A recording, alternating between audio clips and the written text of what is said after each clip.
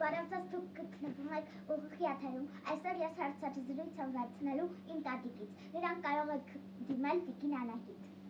Բարևձեզ, իմ անունը Անահիտ տատիկ է, ես Մոնեի թոռնիկն եմ, շատ սիրով մասնակցում եմ ձեր հարցազրույցին, խնդրեմ։ Մամ, ասեք, ինչպես կառաջարկեք, որպեսզի մենք նոր տարի նշենք։ Նախ ուզում եմ շնորհավորել բոլորի նոր տարին, 26 թիվը թող լինի առողջության, լավ սովորելու, գիտելիքի տարին։ Ինչպես եմ անցկացնում նոր տարին։ Ինչպես կառաջարկեք, որ նոր տարի նշենք։ Նոր տարին ինչպես նստենք, ինչպես ավանդույթ է, բոլոր ընտանիքներում նոր տարին նշում են շատ գեղեցիկ։ Դա տարին մեկ անգամ է լինում, առանց սեղանով, երկու պարով, անպայման ձմեռ պապիկով և ջնջանշիկով։ Իսկ ինչ եք դուք նոր տարում սեղանին գցում։ Ավանդություն է, որ նոր տարում պետք է լինի անպայման հայկական տոլման, պասուց տոլման, չարազեղենը, մրգեղենը, անխոս նրբաբլիթը և նաև խոզի բուդը։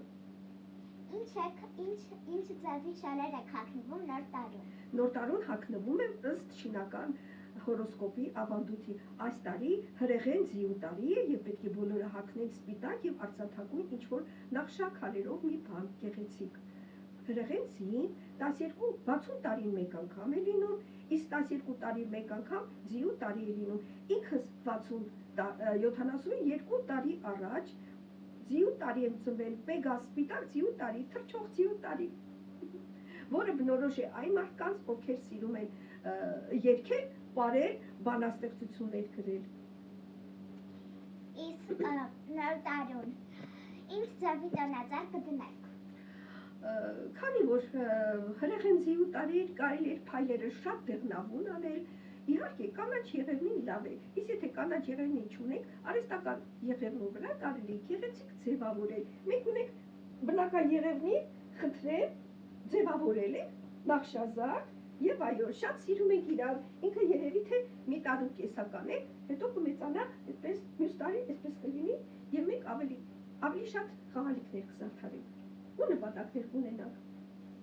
Իսկ ինչ եք կարծում, ձմեռ պապին մեծերին նվերներ նվիրում է։ Այո, ձմեռ պապին նաև մեծերին է սիրում, տատիկներին, պապիկներին, հոպատներին, սիրում է բոլորին նվեր է բերել։ Այս տարի ինձ էլ են նվեր բերել ձմեռ պապին, պատահական դու դուռը բացեցիր և տեսար մի հատ մեծ տոպրակ, ասեցինք, այս ինչ է այսքան դրել ձմեռ պապին, բանից պարզվեց, որ ինքը ժամանակ չունի մեկ տները այցելի և նվերներ բաժանի, ուստի ինձ համար էլ նվեր էր դրել մեջը, շատ լավ, շատ ուրախացա։ Մեր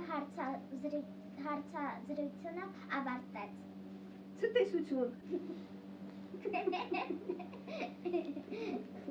Пока-пока.